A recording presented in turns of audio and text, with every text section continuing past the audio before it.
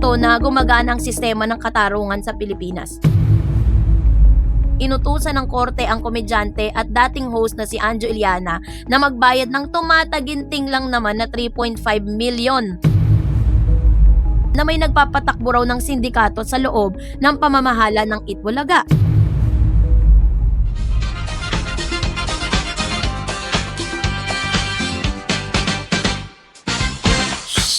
Deserve ba o OA? Anjo Iliana pinagbabayad ng 3.5 million ng korte dahil sa social media tea laban sa TVJ. So, ano nga ba ang nakapaloob sa balitang ito? Yan ang ating pag-uusapan maya-maya lang. But before that, if you haven't subscribed yet to my YouTube channel, please don't forget to like, share, and subscribe at hit mo na rin ang notification bell for more showbiz updates.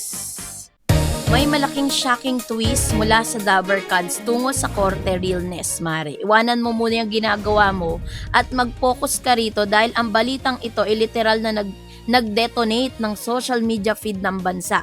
Kung akala mo ay tapos na ang legal wars sa mundo ng noontime show pagkatapos ng sagupaan ng TVJ at Tape Incorporated noong mga nakaraang taon, abay nagkakamali ka. Dahil ngayon, isang dating solidong miyembro ng Itbulaga pamilya ang tuluyan ng nasunog sa korte.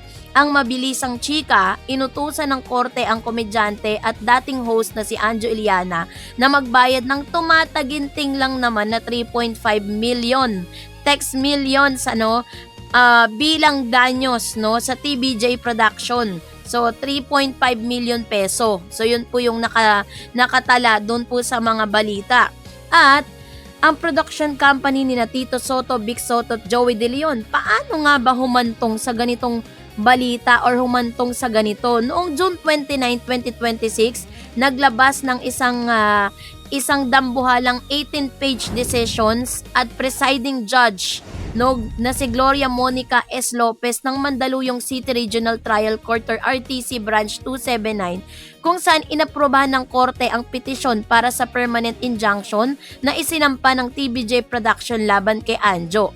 Ibig sabihin, seryosong talo sa civil case ang aktor at hindi lang basta barya ang kailangan niyang ilabas kundi milyones. Ang lore, ano nga ba ang mga sinasabi ni Anjo sa TikTok at Facebook? Para sa mga hindi gising noong huling bahagi ng 2025, i-rewind natin ng kaunti ang mga pangyayari para maintindihan ninyo ang pinagmula ng matinding galit ng TVJ. Si Anjo Iliana ay naging regular na minamahal na host ng Itbulaga sa loob ng maraming taon. Sino ba namang hindi makakalimot sa mga segment niya rito? Pero noong huling quarter ng 2025, biglang nagbago ang ihip ng hangin.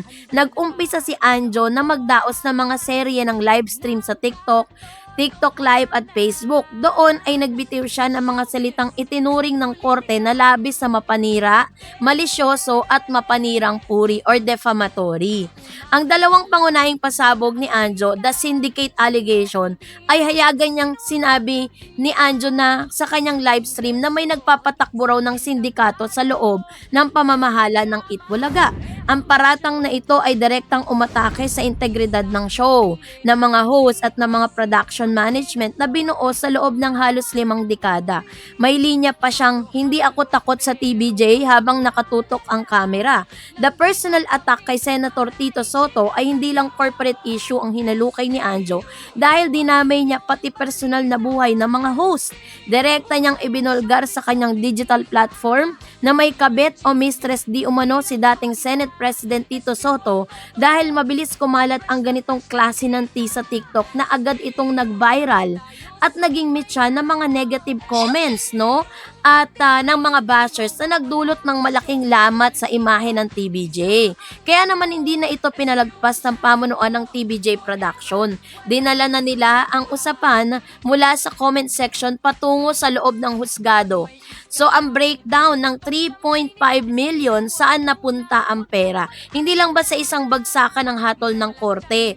Hinati-hati ito ng Mandaluyong RTC at batay sa bigat na pinsalang nagawa ng mga video ni Anjo sa reputasyon ng kumpanya, Kung ikaw ay mahilig sa math o gustong makita kung paano nag-compute ang batas pagdating sa paninirang puri, narito ang opisyal na breakdown. Mula sa 1 million temperate damages, ibinigay ito para sa unquantifiable commercial injury o yung mga hindi mabilang na pinsala sa brand equity at business relation ng Itbulaga sa TVJ Production. Dahil sa mga paratang ng korupsyon o sindikato na 1 milyong moral damages para naman to sa Burmich goodwill o ang nadungisang magandang pangalan at reputasyon na binuo ng production sa loob ng maraming henerasyon ng panonood ng mga Pilipino. So, 2 milyon na yon. Pangatlong, another millions, 1 million exemplary damage. Ito ang pinakamatinding legal slap. Ibinaba ito ng korte bilang halimbawa o babala para sa publiko upang pigilan ang walang pakundangang paggamit ng social media para manira ng kapwa.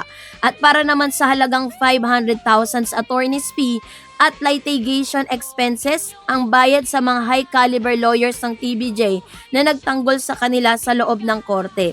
Sagot din ng lahat ni Anjo, no? May plus interest pa. At ayon din sa desisyon ng korte, ang kabuuan ng halaga ay magkakaroon ng 6% annual legal interest simula sa araw na maging pinal ang executory ang hatol hanggang sa tuluyan nitong mabayaran ni Anjo. Grabe. Oops, ad break muna. 8 a.m. ang pasok tapos 3 a.m. ka na nakatulog kakagrind. Alam niyo yung feeling na tipong lumabas na yung kaluluwa mo sa katawan mo dahil sa dami ng kailangang tapusin. Mga mima, ang mood natin for today's video ay very much zombie. As pagod as person. Feeling ko hindi ko na talaga kaya. Pero wait lang, hindi tayo pwedeng sumuko sa life. We have dreams to chase, TikTok trends to do, at cravings to satisfy. Hindi pwedeng laging lutang. Kaya bago pa ako tuluyang kainin ng antok, kailangan na nating ilabas ang ultimate lifesaver.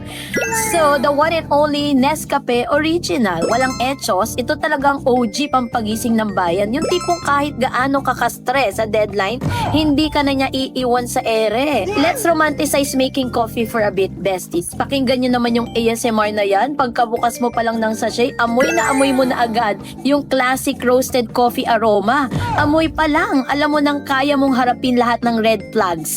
Today, yung tapang niya, mas matapang pa sa mga desisyon ko sa buhay lately. So, one sip and boom, the serve. Nakabalik na ang kaluluwa ko sa katawan ko. Literally, ganito yung kape na hinahanap-hanap ko. Sakto yung tapang at sarap para i-kickstart yung utak ko. Good morning talaga sa neurons ko na biglang nagising. From 0 energy to 100 real quick. No more lutang moments, no more excuses, at ready na tayo mag-slay at mag-hustle for today. Kung kailangan nyo rin ng flat armor para sa araw na yon, alam nyo na ang sagot. Kaya kung gusto nyo na ng legit energy boost na swak sa budget natin, mag-Nescafe Original na rin kayo. Bangon na at magkape, mga mima! Let's get back to the video. Nung nilabas na yung hatol na 3.5, habang hindi niya binabayaran to, nag-i-interest ito ng 6%. Grabe! No, talagang grabe. Pwersahang mabubutas ang bulsa ng aktor. Ang permanent injunction, ang digital gag order ay kay Anjo, bukod sa milyon-milyong pisong multa, ay may kasama pang permanent injunction. Ang desisyon ng korte sa wikang Gen Z, ito ang tinatawag na ultimate digital gag order. Inutusan ng korte si Anjo Iliana, ang kanyang mga ahente, mga kinatawan o sino mang kumikilos sa ngalan niya. So narito naman po ang reaksyon ng TVJ at ni Senator Tito Soto. Sabi niya, vindicated. Matapos ilabas ang opisyal na desisyon ay agad na nagbunji ang kampo ng TVJ Production at ng Itbulaga sa kanilang inilabas na opisyal na pahayag. Sinalubong nila ang hatol ng korte bilang malaking tagumpay para sa katotohanan. We welcome the court's decision as a definitive vindication of the integrity of Itbulaga, its host and its management, and of decades of trust that generation of viewers have placed in the program. Ayon sa opisyal na statement ng kumpanya, dagdag pa nila ang desisyong ito ay nagsisilbing stern warning o mahigpit na babala para sa lahat ng social media ay hindi isang laruan kung saan pwede mong sirain ang buhay at karapatan ng ibang tao na walang pananagutan. Nagbigay din ng maikling pahayag si Senator Tito Soto sa media kung saan sinabi niyang patunay ito na gumagana ang sistema ng katarungan sa Pilipinas. fake news and besmirching reputation have no place in sane society. Giit ng veteran host at mambabatas. Habang isinusulat pa at ibinibigay ang balitang ito, ay nananatili namang tahimik ang kampo ni Anjo Eliana at wala pang inilalabas na opisyal na pahayag ang aktor o kanyang mga abogado kung tatanggapin ba nila ang desisyon o maghahain sila ng apela sa mga mataas na korte.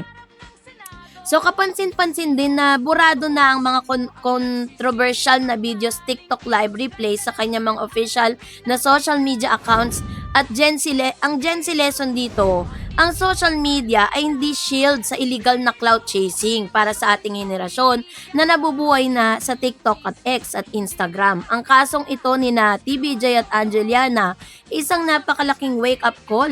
Madalas nating makita sa ating mga FYP ang mga content creators na madalas ng mga expose, vulgarang blind items o hayagang paninira sa mga kilalang personalidad para lang makakuha ng engagement, like, shares at algorithm boost.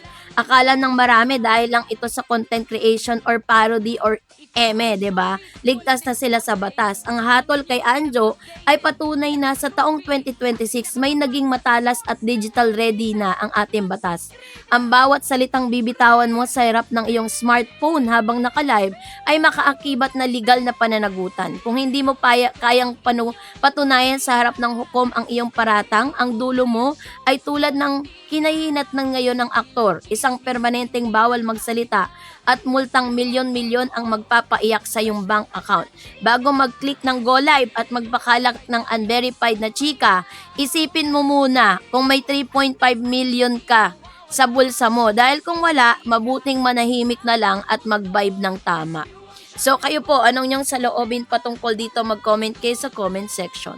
And that's it for today. For more videos and updates, please don't forget to like and subscribe. And please don't forget to follow my Facebook page, DarEdsTV and DarEds channel. God bless everyone.